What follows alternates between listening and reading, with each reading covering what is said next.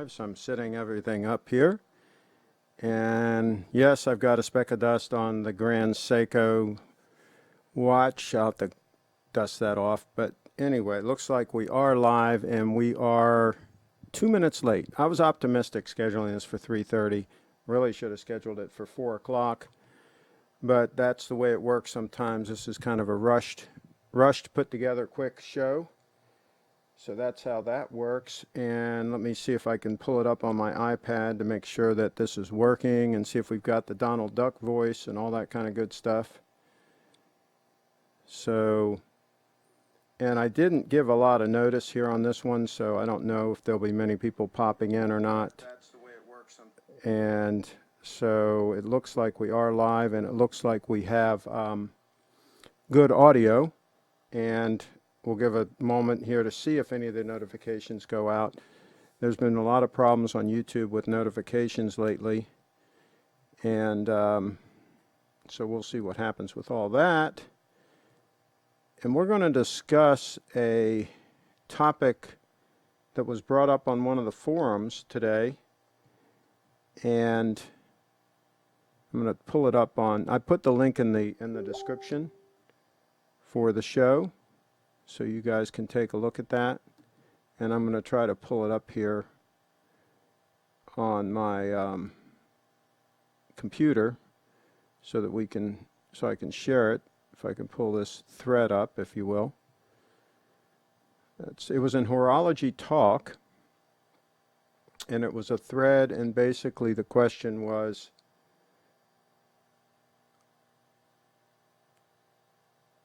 is a gold Rolex tacky? Is a gold Rolex tacky?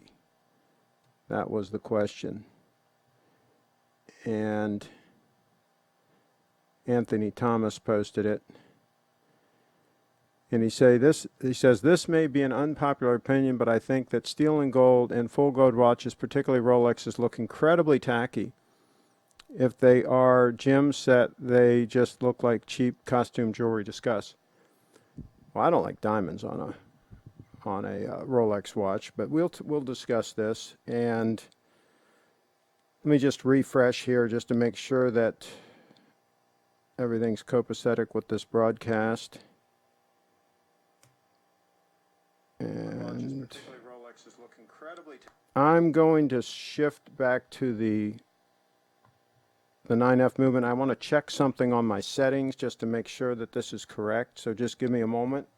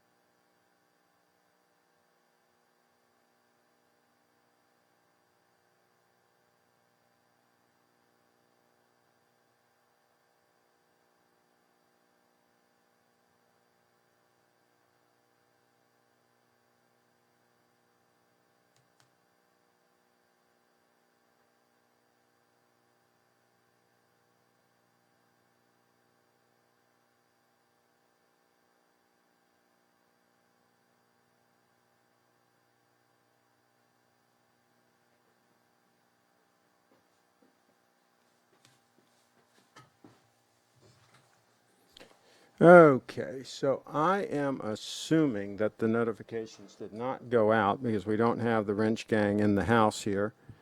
And that's a sign that probably the notifications didn't go out. So we'll go ahead and power on with the show. We probably won't have any comments. So I will go ahead and read basically a little bit from this thread, and then I'll make my points. And here I'll go ahead and cut to it. And David says, agree, but it depends on the piece. Looks great in tux or suit and tie. I agree, a yellow gold day-date looks classy in any outfit. Okay, and that's an accurate statement. You can't beat a yellow gold day-date. And let's see what the reply was there. Oh, I said correct. And then here's another comment. I've always thought you need to be a certain age to pull off a gold watch and jewelry in general. It could look cheap and tacky on a younger person's wrist, but fine after middle age. Yeah, I disagree with that. I had my first day date when I was about 20 years old, and it worked fine. And here's someone that says he's 34 in a metropolitan area. Okay. Generational thing. I'm pretty sure it is generational. Back in the 60s, 80s, early 90s, people worked hard for their wealth, and it was about showing it off with gold. It always evident that it's expensive luxury items, so it became the go-to. Today is much more about fashion trend line, having a timeless and appealing piece for investment, and having an undercover wealth. Yeah, that whole statement there is just ridiculous. I mean, fashion trend styling. I mean, my gosh, if you look at a lot of these watches, there's nothing stylish about them. They're just, a lot of them are just ugly. And then you see this photo of somebody with a watch, you know, sporting a watch, and their arms all full of tattoos and stuff, and they haven't shaved for a week and stuff, and they think that's stylish. That's cool. No, I don't think so. These people, some of them have no taste. Okay, so we'll keep going on. Rolex two-tone is for any age. It's beautiful. See, I disagree on the two-tone. I would pass on the two-tone altogether. We never bought two-tones back in the day. We either bought a steel Rolex because we couldn't afford a gold Rolex, or we bought the gold Rolex. So the gold Rolex is the way to go, and I mean all gold. Tacky. What is the difference between tacky and crude? Tacky is when you take your underwear off and throw them against the wall. Crude is when they stick. Joke my old man used to tell. I'm 46, and this particular watch is the business to me. See, he's showing a steel and gold sub there. No, I would pass on that. Yeah, I would pass on the steel and gold. Now, I mean, you know, it's better than paying steel and gold money for a steel watch. If you could buy one for about the same price as a steel watch, then yeah, go ahead and get the steel and gold, but I think you're better off just getting the all gold. Let's see, not tacky on certain pieces. In my opinion, this is an awesome example. I own the Bluesy, the Hulk. Yeah, I would pass on that. I would pass on anything with the super case, tell you the truth. So there's that. Let's see here. I guess it's pretty much on a spectrum, how much gold and what it's paired with. Like a black dial with gold detailing on a dark leather strap could look awesome. Then there's full gold gem set watches that look like they're made of plastic. Well, a date isn't going to look like it's made of plastic. I wouldn't get diamonds on it, though. I don't think that's a good idea. David in the house, I agree, but I think there might be a cultural divide, and gold watches might be less popular in Western Europe than in the rest of the world. I think a date's pretty popular anywhere. So I think the way to go is a date, and that's what I put right there. You can see there I put a picture of my 18238 that I bought new, and here's 14 replies. And here, Craig, it may be, but it's just not for me. I'd rather get 2 of the steel versions of that watch for probably around the same price. Yeah, that would be a big mistake, Anthony. The steel watches are not a luxury item. Steel is a watch that you buy if you can't afford a gold watch. It's not luxurious at all. So let's see. Steel watches are nothing special. I would never spend more than $5,000 on a steel watch. Yeah, that's what I said. There you go. I bet that thing not only looks and feels amazing as well. Yes, the date does feel great on the wrist. There's nothing like solid 18 karat gold on the wrist. It feels great. And that's the thing. If you're going to actually wear and use these watches, this is the litmus test. If you're going to actually wear and use the watch, a date is fantastic. If you're just putting it in a collection somewhere, it's just going to sit somewhere, then who cares? I mean, but if you're going to actually wear it and use it, it's the way to go. Let's see, I think you need a lot of confidence for full gold, and I think that's why older people wear it more, the confidence of age and wisdom. I love a yellow gold Rolex. Two-tone for me is neither one nor the other. I agree with that. Although my wife wears a two-tone Datejust 31 as her only watch, and it's a watch for all occasions, absolutely. Unfortunately, there's a stigma to yellow gold Rolex that's unjustified, still exists for. Yeah, well, forget the stigma, because those are people that have no class. They have no clue what they're talking about. If they say that now I'm talking about an all gold date, an 18 karat yellow gold date. Now I'm not talking about, you know, a gold Daytona or something or whatever. I would pass on those. I would just get a date and be done with it. It's the best of the best of the best. Always will be. Let's see. true they come in platinum and white gold. He's talking about the date. Okay, and then I showed a picture of me wearing a date in the mid-'80s, just showing that it's a timeless thing, that it always looks great. Steel watch will never look as nice yellow gold date. That's correct. That's me saying that. Craig Shipp, maybe, like one of the other commenters said, it's a generational thing. No, it's not. It's not a generational thing. Anybody with any style or class likes a date and yellow gold. Either 36 mil, or if you want the 40 mil, if you got a pretty big wrist, go with the 40. That's fine. But I think the 36 is fine. And I said, not really. It's those who never owned a date, so they have no clue how amazing they are. That's correct. Craig Shipp, I'll disagree with you there, mate. And also, making assumptions based on an internet comment isn't a great way to persuade someone. Also, you have you considered some choose not to own one because it's not their preference? Well, if they've, if they have no clue. And I responded, I said, not many. Most, if given a yellow gold date, will love it. And that's just the truth of the matter. If it's good enough for Anthony for Soprano, yeah, absolutely. So anyway, so these guys, don't listen to these guys, folks. These guys that have no clue, that never owned a date, never wore one, don't get advice from them. Simple as that. Just don't do it. Don't get advice from these people that have no clue. Let's see, we got a few comments in here. What do you think about Bitcoin right now? Bitcoin's pumping a little bit. So there you go. It goes up and down, up and down. That's what it does. Buy the dip, man. When it goes down hard, like I was telling folks, when it was around 3,200 or something, right at about the low, I was telling people on this channel, if I didn't have any, I'd certainly pick some more up. Matter of fact, I did pick up some more, even though I already had some. Yeah, I think Bitcoin's a good move. Not financial advice here on this channel, but I would not like to not own some. I'm pleased that I own Bitcoin. Let's see, Date Sebast again. Is a steel Richard Mille luxuries that no steel watch. Don't pay, just because you pay a ton of money for a steel watch doesn't make steel a luxury material. It's not.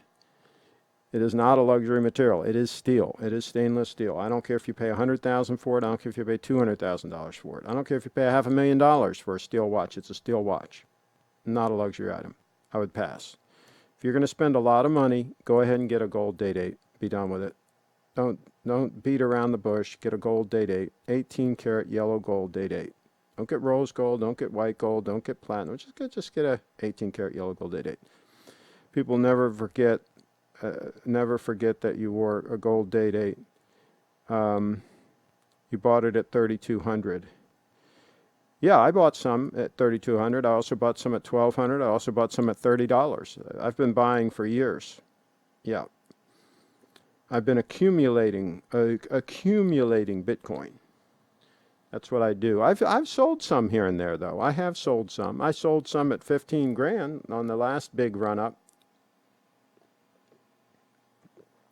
I took some off the table. I was looking at my records today, and over the years, I've sold about almost $50,000 worth of Bitcoin over the years that I've taken money off the table. So I'm basically, at this point, I'm totally playing with the house's money. All the Bitcoin that I own I'm already ahead. So that's never a bad situation to be in. Let's see what else we got here.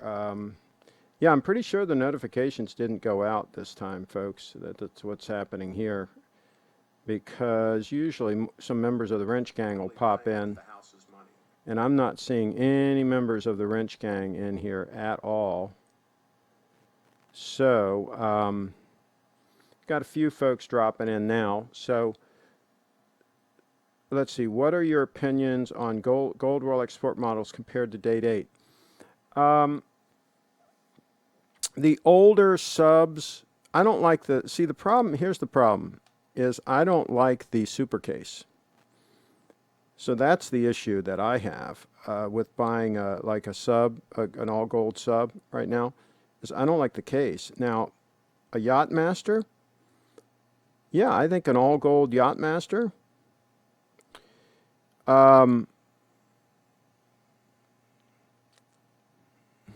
I don't think I'd buy it though. I think I would just buy the day date. I mean, I don't see a need. The day date's extremely rugged. If somebody absolutely wants to have micro adjustments, then I could get it maybe. Yeah, maybe buy a Yachtmaster.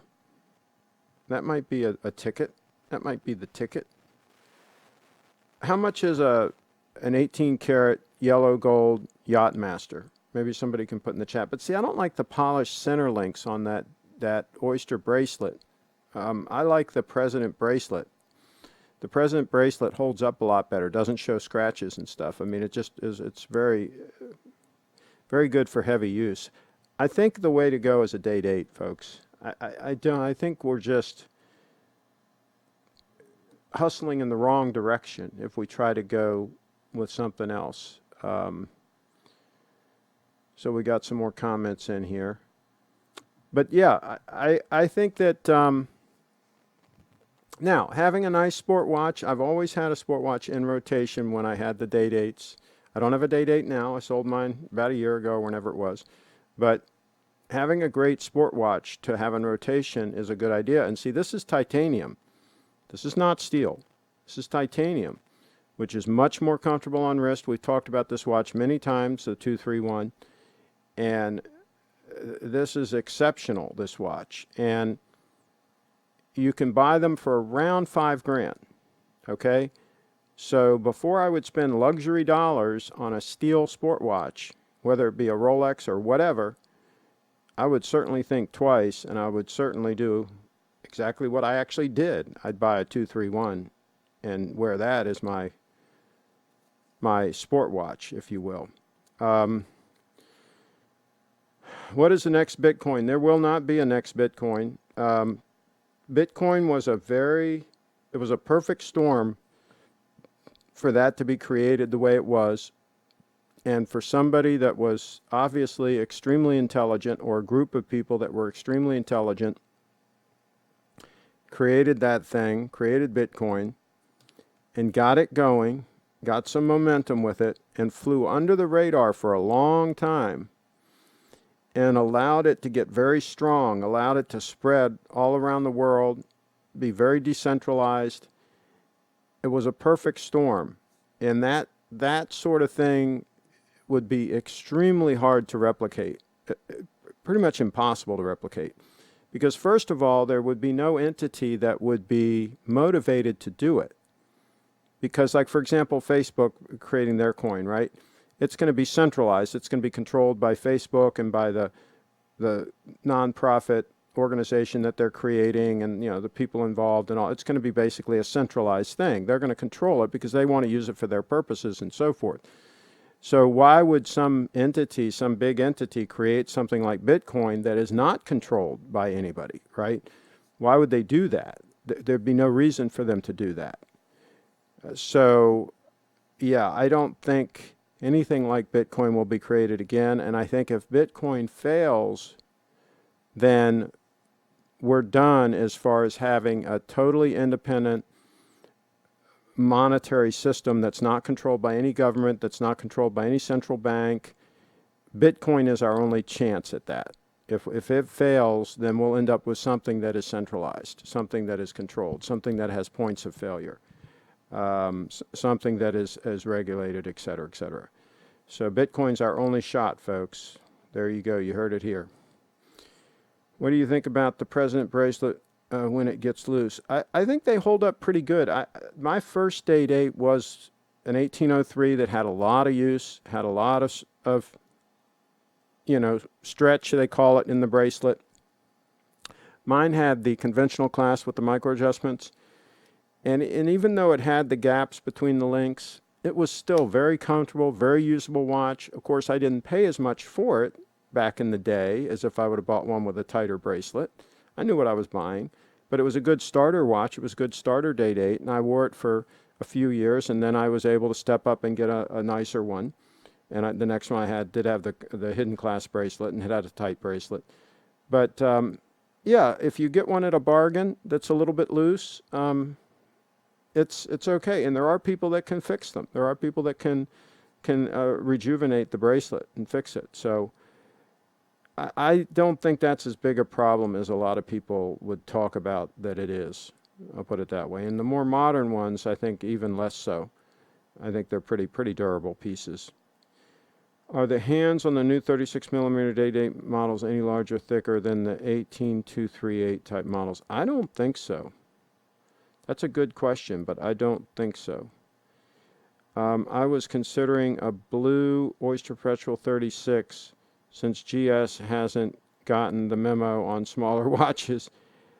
An Oyster Perpetual 36 is a fantastic piece. I'm not gonna say anything negative about that piece. That would be, with a blue dial, that would be a great all the time wear, heavy use watch that you could basically probably wear for your entire lifetime. That would not be a bad piece. And you should be able to get a decent buy on one. Are you talking about buying one new or buying one a few years old? I would go with one a few years old, get a buy on one. Because a lot of people don't understand how good those watches are, so you can still get a deal on one. Let's see here. Let me just refresh this, make sure we're where we need to be here. Let's check Bitcoin real quick. Let's do a quick little check on Bitcoin. It went up over 11 and then it pulled back, which is to be, oh my gosh, it's gone up quite a bit. I'm not surprised it would pull back a little bit. See, every time it breaks a threshold, it some people take profits. So here we are at $10,708, and when it went over 10,000, some people took some profits and it pulled back a little bit. And then when it went over 11,000, people really started stepping in and taking some profits. Now it's down to 10,700. Every day that Bitcoin survives and that the original heavy holders, the whales we call them, they sell some Bitcoin here and there. That keeps distributing the Bitcoin more out to more people. The more distributed it becomes, the stronger it becomes.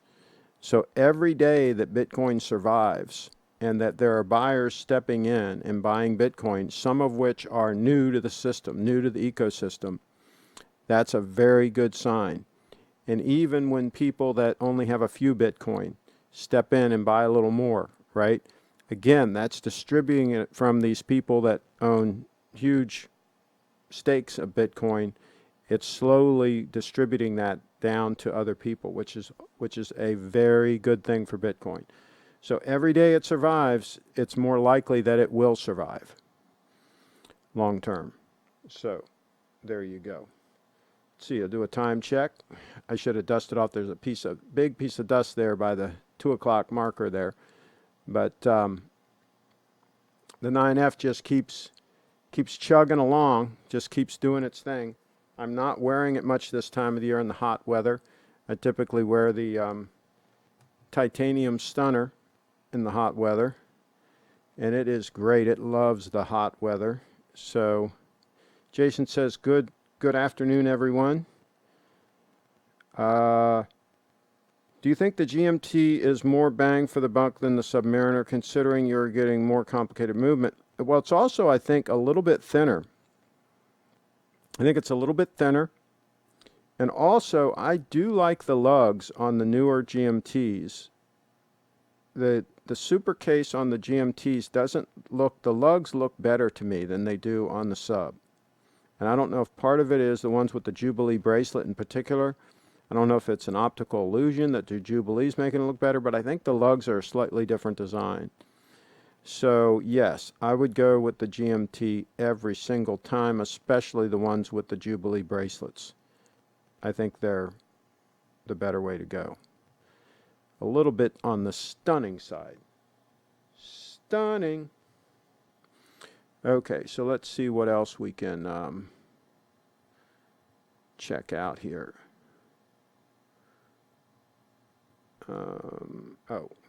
RJ Lane, our current investors of Bitcoin reluctant to spend their Bitcoin for purchases since they are giving up the future. Well, yeah, I think a lot of us are holding what they call a strong hand. I mean, we're just holding our Bitcoin. And somebody asked me the other day, do I regret that I've sold some Bitcoin over the years, that I've cashed some Bitcoin out? And I mean, hindsight is always 20/20, right? It's like if I sold some Bitcoin at $3,000 some years ago, right? I thought, oh man, I've done really great, right? And then it goes way up, right? You can't second guess yourself like that. What I did, what my planning was I set up 2 accounts on my Trezor. I set up 2 wallets, if you will. And one of them was earmarked to be just hold fast and never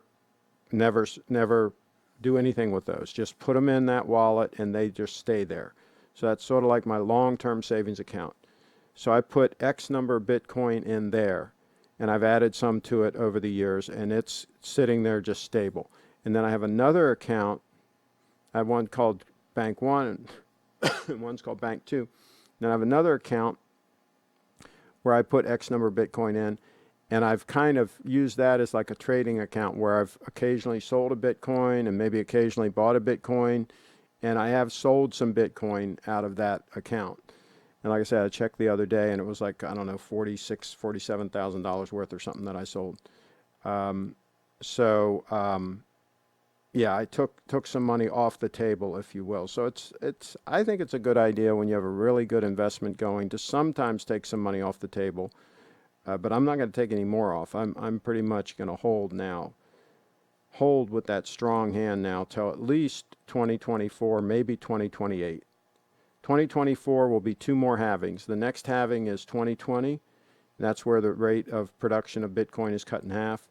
And then the next halving after that is 2024. So that'll be 2 halvings. So I'm going to hold for at least 2 halvings, maybe 3, maybe 2028. So that's the way we'll go with all that. So I've seen the Pepsi GMT ceramic on Jubilee. It's the same size as the Submariner ceramic maxi case. It is the Jubilee bracelet that gives the illusion of smaller lugs. Okay. Well, it does. It does give that illusion. It helps. It certainly helps. But with the money that they go for, I certainly wouldn't pay a premium for one. I mean, but even the money that they go for just new, I think there are some better options out there. Now, if you can buy a Pepsi from an AD for list and you can flip it and make a nice profit, go for it. Go for it. Because there are other watches you can get and wear and enjoy. Absolutely. So, what do you think the future value of Bitcoin will be? Well, that's a really good question. That's a really good question. If there is widespread adoption, the price will go very high because it's extremely limited in supply. If you do the math on how much supply there is, there's been a lot of Bitcoin lost, and so most experts say that even once all the Bitcoin have been produced, which is 21 million gross Bitcoin, 21 million units, right? Even once they're all produced, there's only going to be about 15 million or so in circulation because a lot of them have been lost. People cannot retrieve them. They've lost their private keys and they just absolutely can't get to them. So it's an extremely scarce asset. So if, and this is the big word, if it becomes widely adopted around the world as a reserve currency, sort of, as a place where people store their money, as the savings account for people, right? Then the price will go very, very high because it's so limited. It is so limited. Put it in perspective, I saw a number, there are 36 million millionaires in the world. 36 million millionaires. Are you with me so far? If each one of them wanted some Bitcoin, the maximum they could have is like half a Bitcoin because of the supply. 1/2 a Bitcoin, that's all they could have, a millionaire.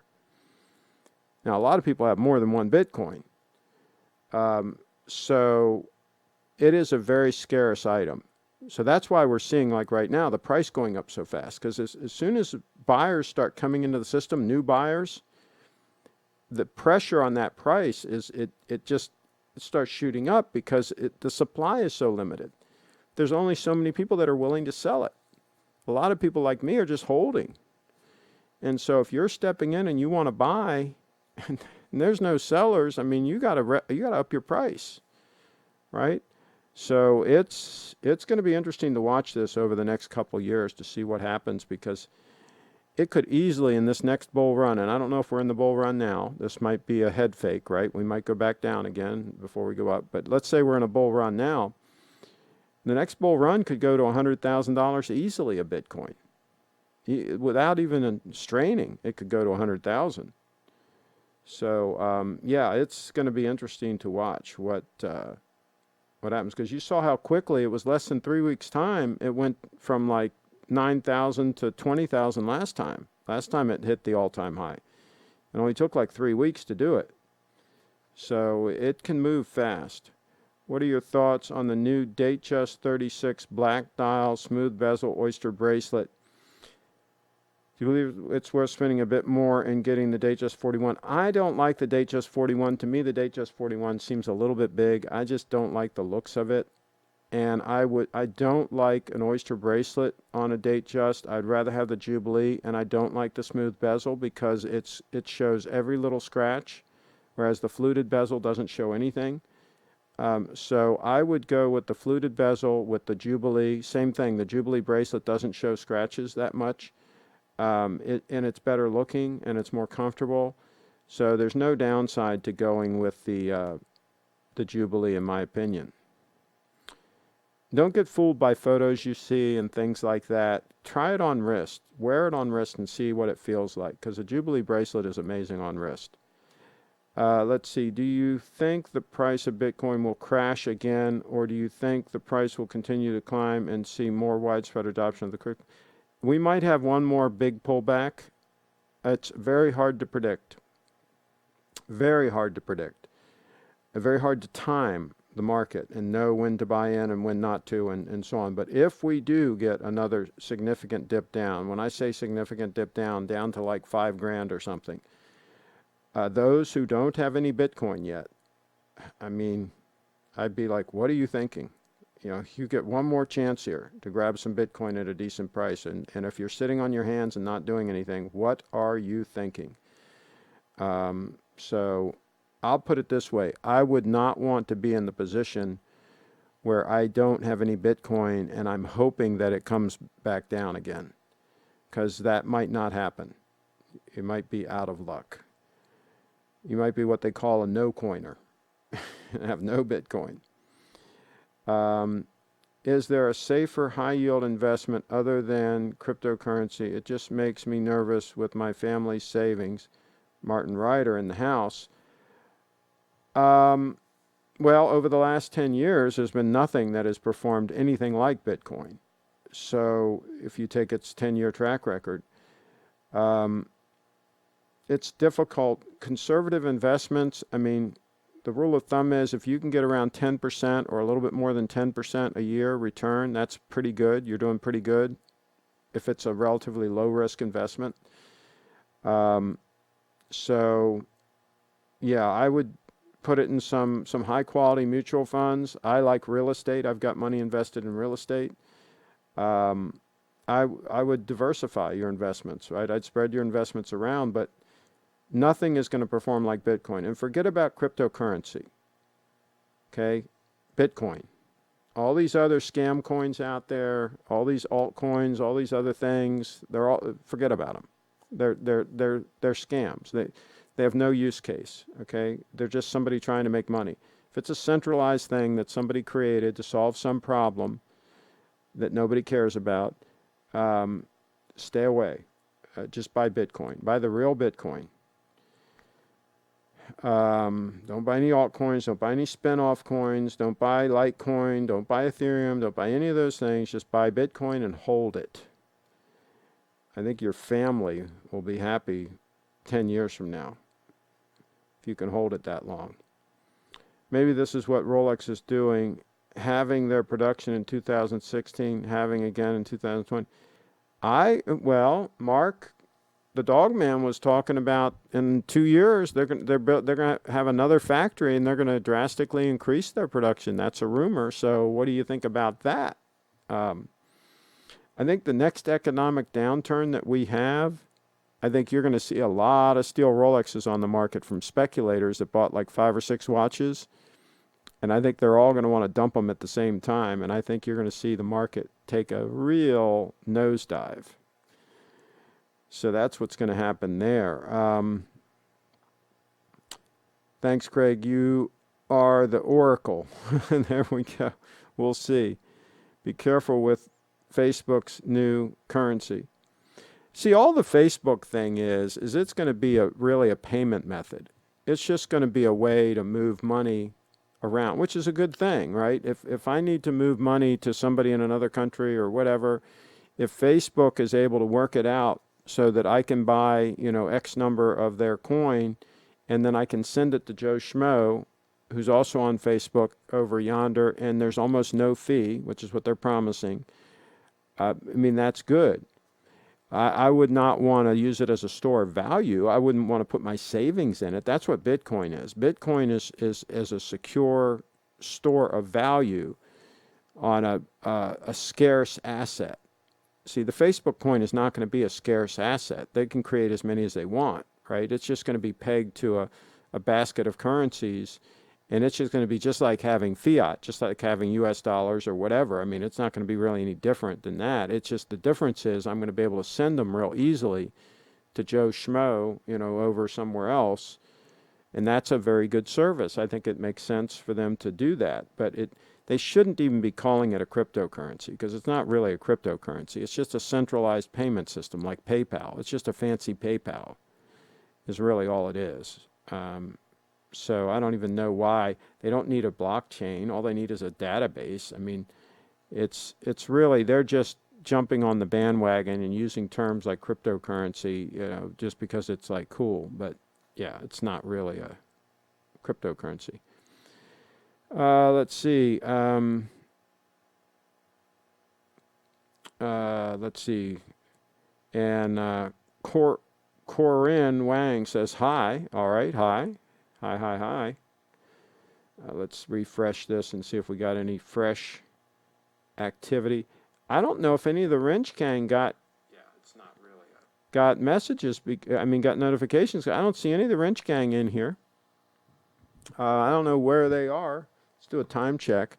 We've been online. We've been live for almost 40 minutes. I started a little late. I didn't start right at 3:30. I think I started a couple minutes late. But, we've been on live for almost 40 minutes, and I don't see hide nor hair of the Wrench Gang in the house.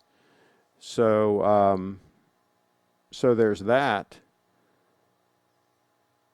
Let me see what else I can check here.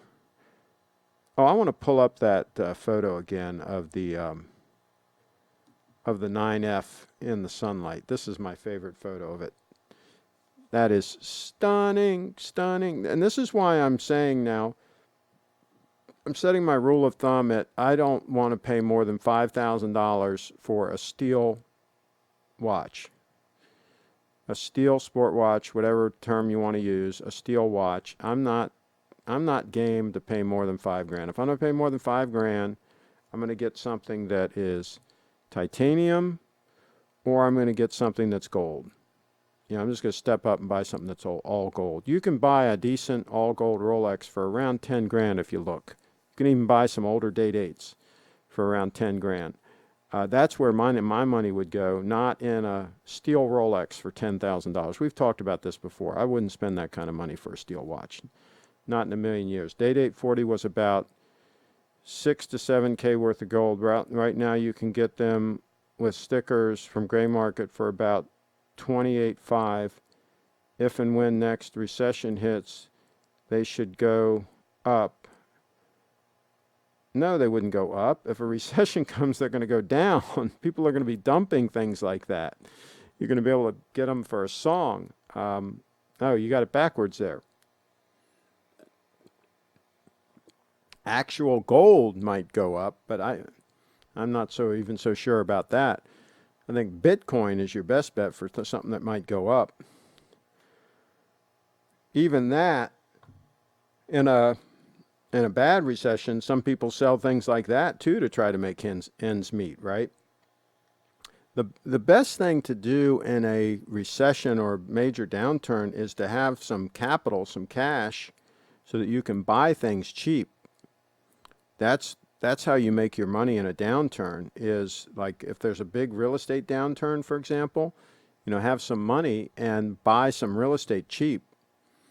That's how you make money in real estate, is you make it on the buy. So RJ Lane, back in the day, how much was a new steel sub as a percentage of a gold day date versus today? I wish I remembered all the numbers, but I seem to remember it was pretty close to the way it is now. I mean, just to give you an idea, I think my first day date, I think I paid around $2,000 for it, the 1803. And again, it had some bracelet stretch, but it was a decent watch. It had the conventional class bracelet. At the time, you could easily buy a sub for around $300 or $400, used, I'm talking, in pretty good shape, maybe upwards to 500. My first Datejust that I bought, my first Rolex was 1978. It was a Datejust with the engine turn bezel and the Jubilee, and I bought it from an AD. Probably paid too much for it, but I remember I paid like $500 for that watch. So, the new day date, somebody could probably look it up. I'm guessing back then it was probably, what, $3,500, something like that. Maybe somebody can check what the list price was. But I wasn't buying them new back then. I was buying everything used. I bought my first 1803 used. I bought my next day date used. It wasn't until 20 or 30 years later that I bought a new day date. I bought my 18238 new. It was about 16 grand. That was in about the year 2000. It was $16,000. So yeah, and I don't remember what for example, a sub was then. I wasn't looking at them, but I'm sure somebody has published those numbers somewhere. Let's see here. I think we might have gone through everything we need to go through. Let's take one more look at that. That stunning GMT with that sun hitting it the way it is. And again, this channel here is all about wearing and using these watches. And so some of our opinions and some of our comments and all are going to be totally foreign to somebody who's coming at it from a standpoint of just collecting these watches and having them in a watch case and from time to time looking at them. This channel here is all about wearing and using the watches on a daily basis and heavy use. Not babying them, not taking them off wrist because you're doing something that might mess them up or whatever. The easiest way to lose a high-end watch is to take it off your wrist. That's the easiest way to lose it. There's something pretty amazing about a Rolex, is that they can actually grow feet and legs, and they can actually walk off if you take them and set them down somewhere. Especially if somebody sees you set them down somewhere. They can just kind of like disappear. So it's best to keep them on wrist. Let's see here. My mother bought my father's Rolex sub in the mid-60s with green shield stamps. I remember hundreds of books on the lounge floor. There you go. You're right. SPGN 005 looks almost boring in pictures, but in person is fantastic. Yeah. A lot of these watches you really have to see in person. This 231, every time I look at this watch, every time I look at the dial, I'm like, man, this is freaking amazing, And again, I wore Rolexes for 40 years, okay? When I made a comment in that thing, all I'm doing is I'm just bringing my 40 years of experience out to people, and they can either listen and understand and benefit from it, or they can ignore me, or they can disagree with me, or whatever they want to do. But I'm just giving my 40 years of experience information here of actual wearing, Rolexes for 40 years and now Grand Seikos for a couple of years. It'll be 2 years next May or whatever, for these. I had this one, a little over a year now. So most of my experience is with Rolexes, a couple of Omegas, but most of it is with Rolexes. For years, that's all I wore. And so when people, question me and like, why are you saying this about a Rolex? You just hate Rolexes or whatever. It couldn't be further from the truth. I had great experience with them. I wore them for years. They'd never failed me. They're fantastic watches. I just found something that's a better option. That's all. And I may buy another Date-8. I've said this many times on the channel. I may possibly buy another Date-8. It's definitely within the realm of possibility. When I get to the point where I need something more of a dress watch, sporty dress watch type of thing, again, I was wearing a lot of suits back in the day, and I still wear them in the wintertime now, but I was wearing them a lot more. I was wearing them year round, and so a Date-8 was just a perfect watch.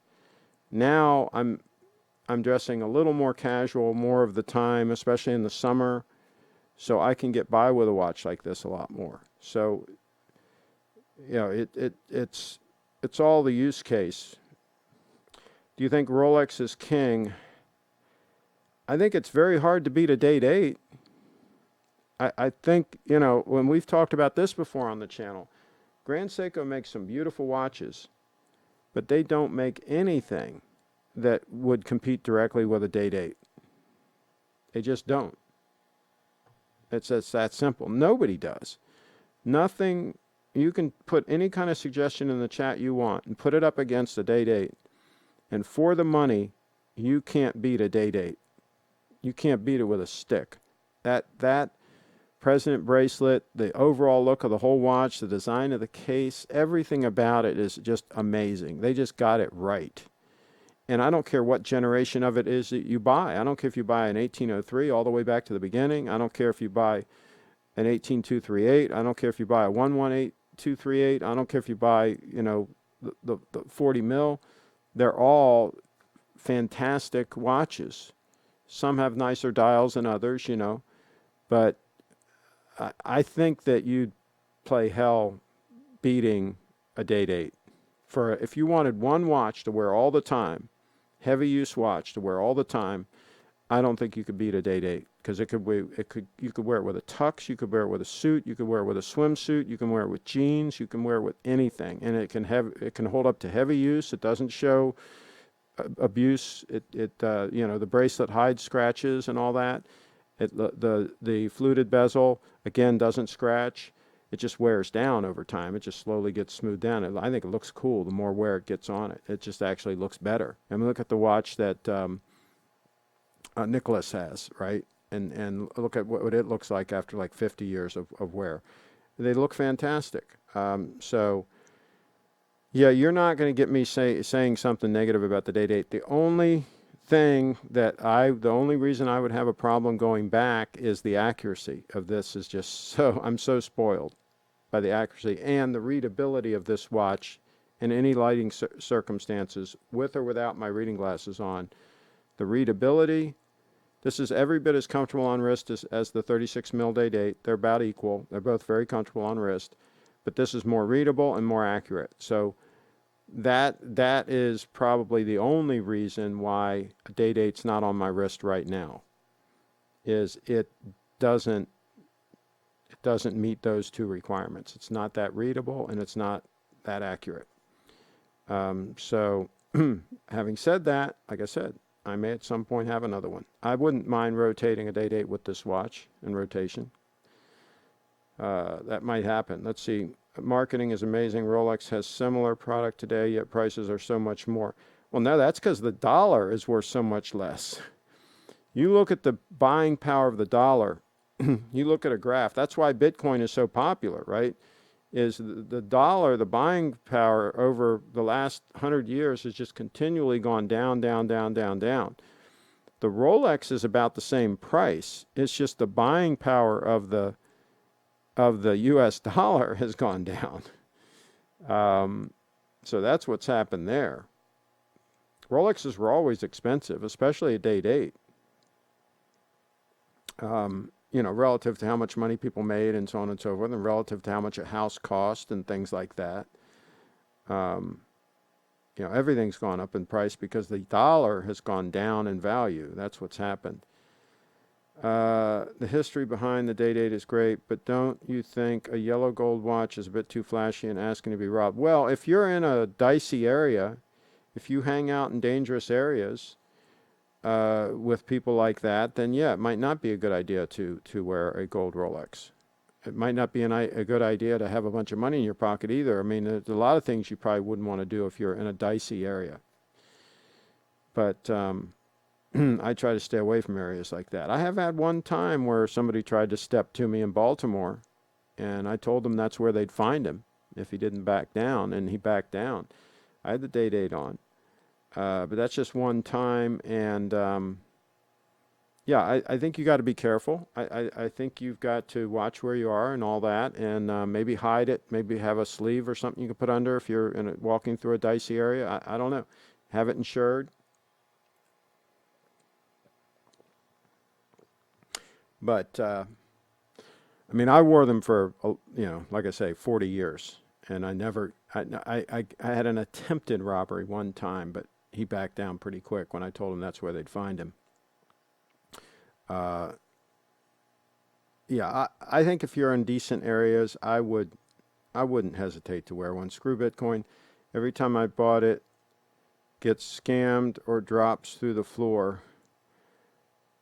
I can't understand how you could have done that, because there's only about a 1 month period where if you'd have bought if you'd have bought Bitcoin during that time, you'd be down right now. There's only about, in the last 10 years, there's only about 1 month time frame that you would have bought it and you'd be down, right? So you must have bought it like just the wrong time. You must have really bad timing, Aaron. So yeah, you got to have better timing than that. Lost 15K last year on Bitcoin. I'd rather have a nice one. You only would have lost money if you sold it at a loss. Why would you do that? If you bought Bitcoin, let's say, for example, you bought Bitcoin at the top. Let's say you bought it at 19,000 something. And then it went down to, let's say, 3,200. Why would you sell at 3,200? Why wouldn't you just hold and wait for it to go back up again? I don't get this. Why would people buy something, invest in something, and then watch it go down, and then go ahead and sell it? Why wouldn't you just hold on to it and wait and see what happens? I don't get that. And first of all, why would you buy it so high? If you see something like Bitcoin, when it ran up in late 2017 into January of 2018, when it had that huge run up, where it ran up from $9,000 to like almost $20,000 in like 3 weeks' time. I mean, it had an insane run up, right? Why would you buy it at that point? Why would you buy it after a huge run up? And then if you did that, why would you then sell it after it pulls back down? Wouldn't you realize that there's going to be a natural pullback after a huge run up like that? That's just what Bitcoin does. That's what it's done for 10 years. It's done it repeatedly. Wouldn't you look at the track record of what it always does? I just don't understand people's thought processes. I mean, Aaron, if that's the way you handle your money, you're going to stay broke your whole life. And especially if you take money that you would be investing and making money with and buy a Rolex, you're absolutely going to stay broke. So if that's what you want to be, if you want to be broke your entire life, just keep doing that. You're right on the right track. You know, like Dave Ramsey says, if you want to be broke, do what broke people do. So folks, if you all want to be broke, do what Aaron does. Buy high and sell low. That's what a lot of broke people do. They buy high and sell low.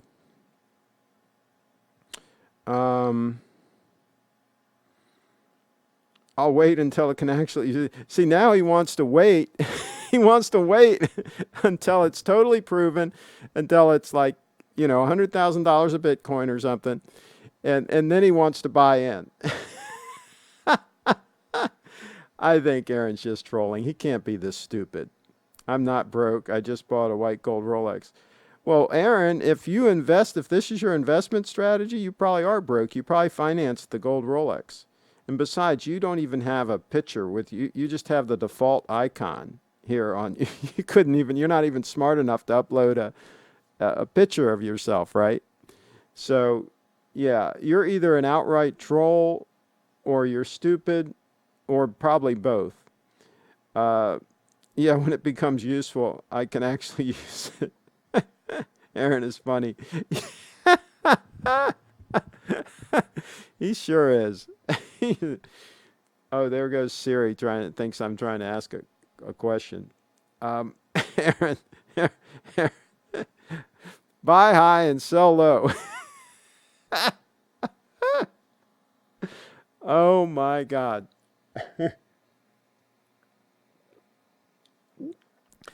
There's a chart somewhere that shows the times that you would have had to have bought Bitcoin and still be down, still have lost money. And it's like I said, it's like about a 3-week period, right? Where you just have to have really bad,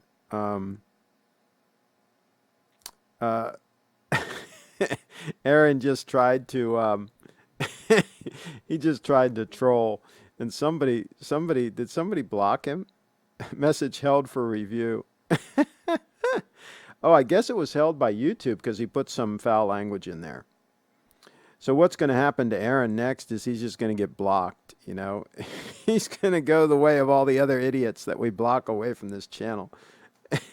And I had a guy send me an email the other day. Hey, I can't comment in the on the live chats anymore. I said, well, were you being stupid in the chat? Were you saying stupid things? He said, well, yeah, a little bit. And I said, well, then that's why you were blocked. He says, well, can you give me one more chance? I said, all right, I'll give you one more chance. I'll unblock you, but you know, you gotta be nice in here. And here's the thing, guys, Aaron, and this is just so you get this straight. Aaron, I'm always right. All right, so that's the number one rule on the channel is Craig is always right.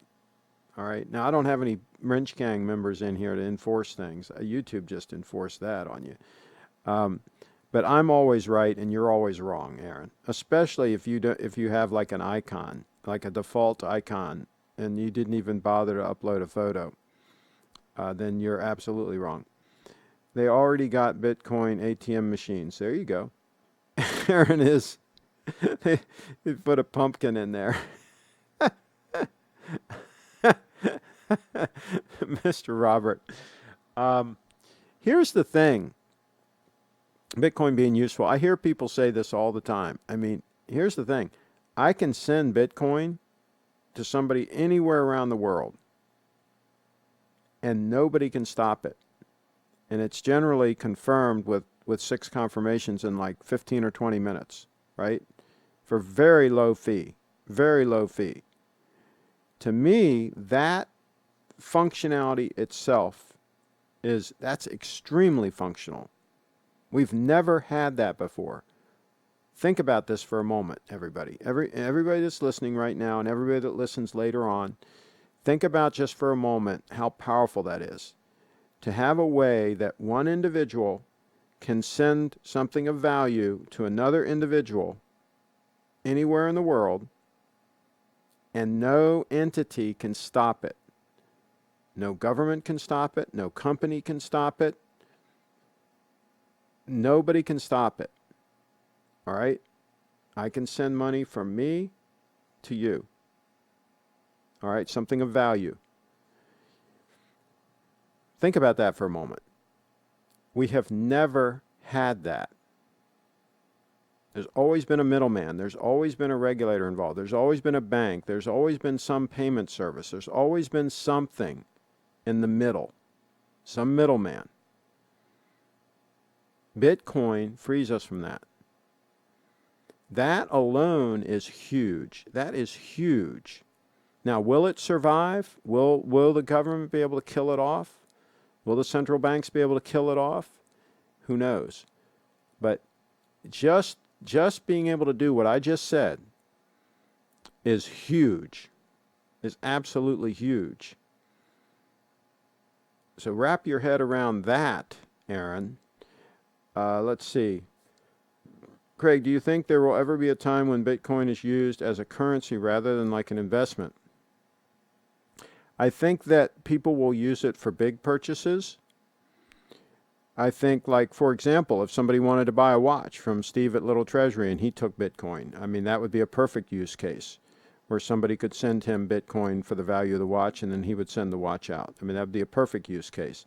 If somebody's buying a house, if somebody's buying a car, that's a perfect use case. I think larger purchases make sense with Bitcoin.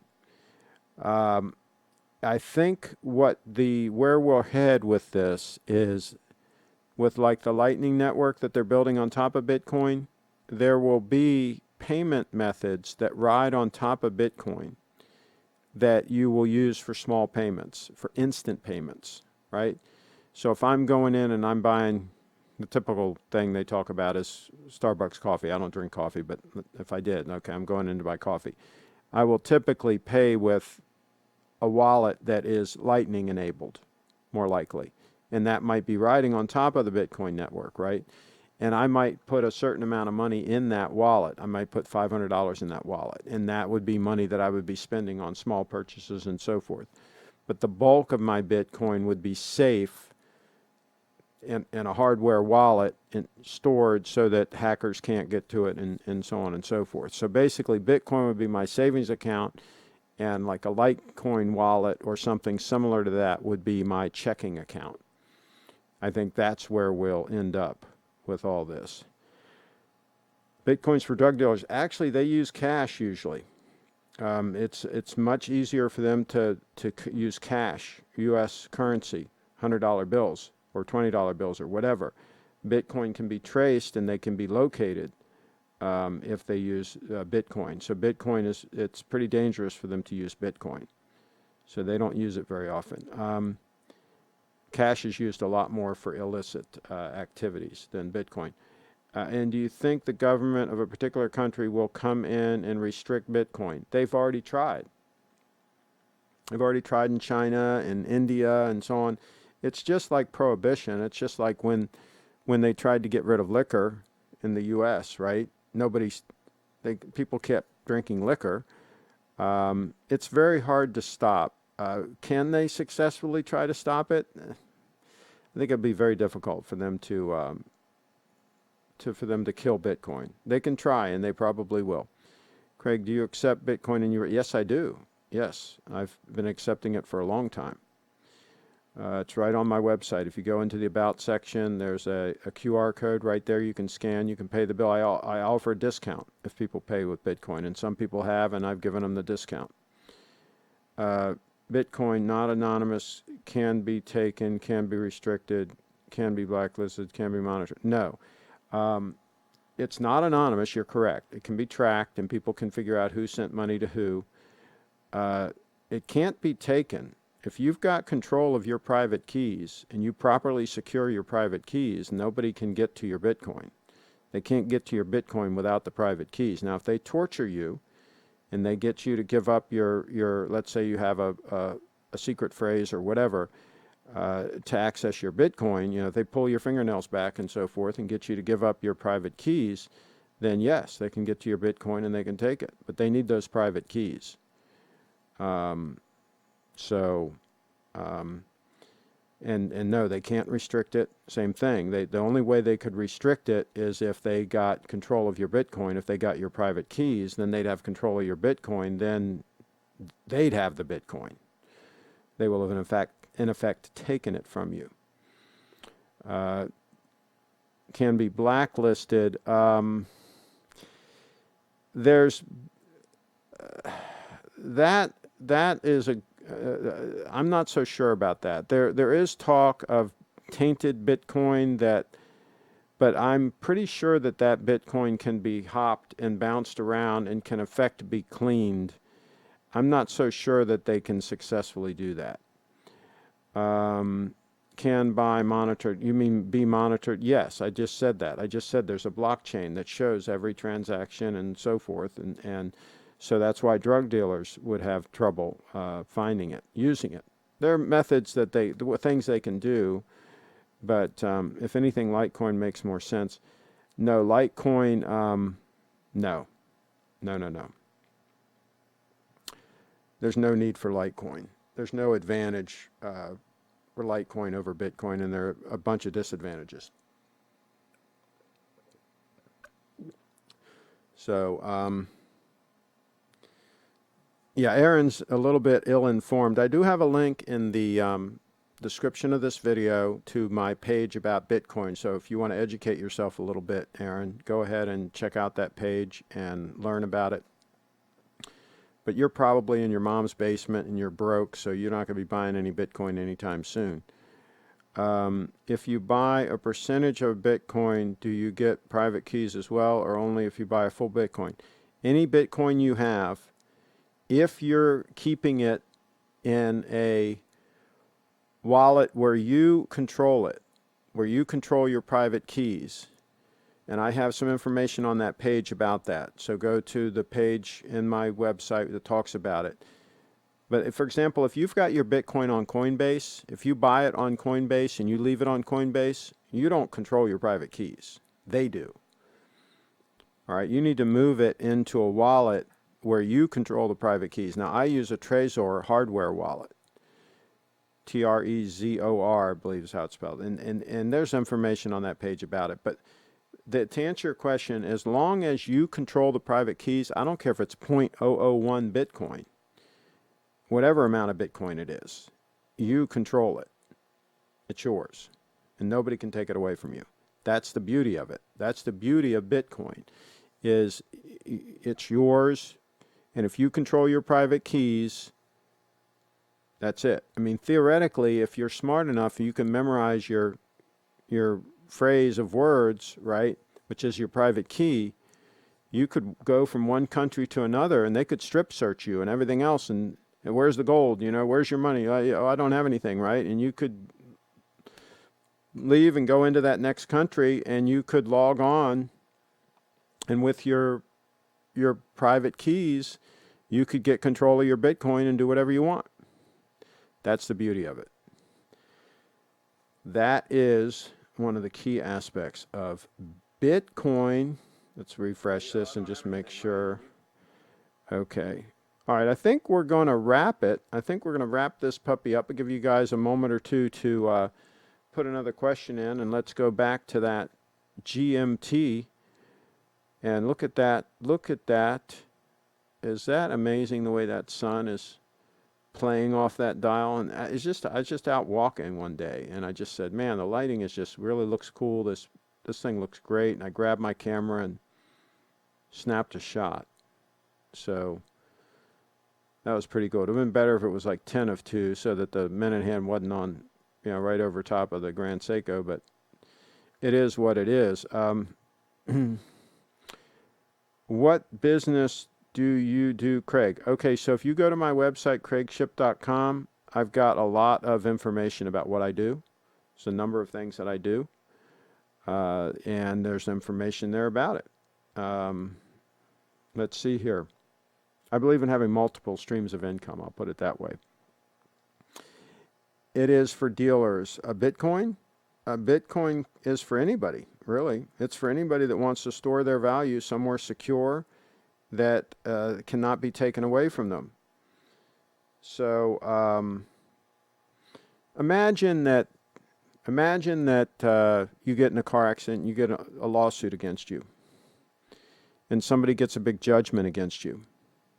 That could ruin you, right? They could take your house, they could take your bank account, they could take your Rolex, if they found out about it, right? They could take anything of value that you have. If you had some Bitcoin secure somewhere, they couldn't take that. Especially if you didn't tell them about it, right? So there are some advantages to having assets somewhere safe, out of the reach of government and lawyers and other people that might want to take what you have. A lot of people might want to take what you have, if you think about it. It happens all the time. Does anyone really climb Everest with a steel watch? Seems like the metal and temp would kill your skin. Well, they probably have it against the skin and then have something around it, right? So the cold's not, your arm's going to keep the watch warm, and they probably have it underneath their parka or something, I would think. Let's see here. He babysits us, phone. Yeah, that's my job. That's my job. I'm a YouTube babysitter. There you go. All right, folks. That answers that question. So let's cut back one more time to the beauty there. And then what we're going to do is we're going to wrap this puppy up, because we solved all the world's problems. That's what we do here on this channel. And we'll go back and do a time check here real quick. Same watch, by the way. Notice in that lighting, it looks almost like a black dial compared to that. It's the same watch. All right, so we're going to stop this puppy. I'm going to click stop here. And I'm going to complete. Hey, be sure to click subscribe and click the little bell. Click subscribe and click the little bell so that you'll get a notification. A lot of people didn't get a notification that I was live this time. So this way you'll get a notification. Thank you, folks, for watching.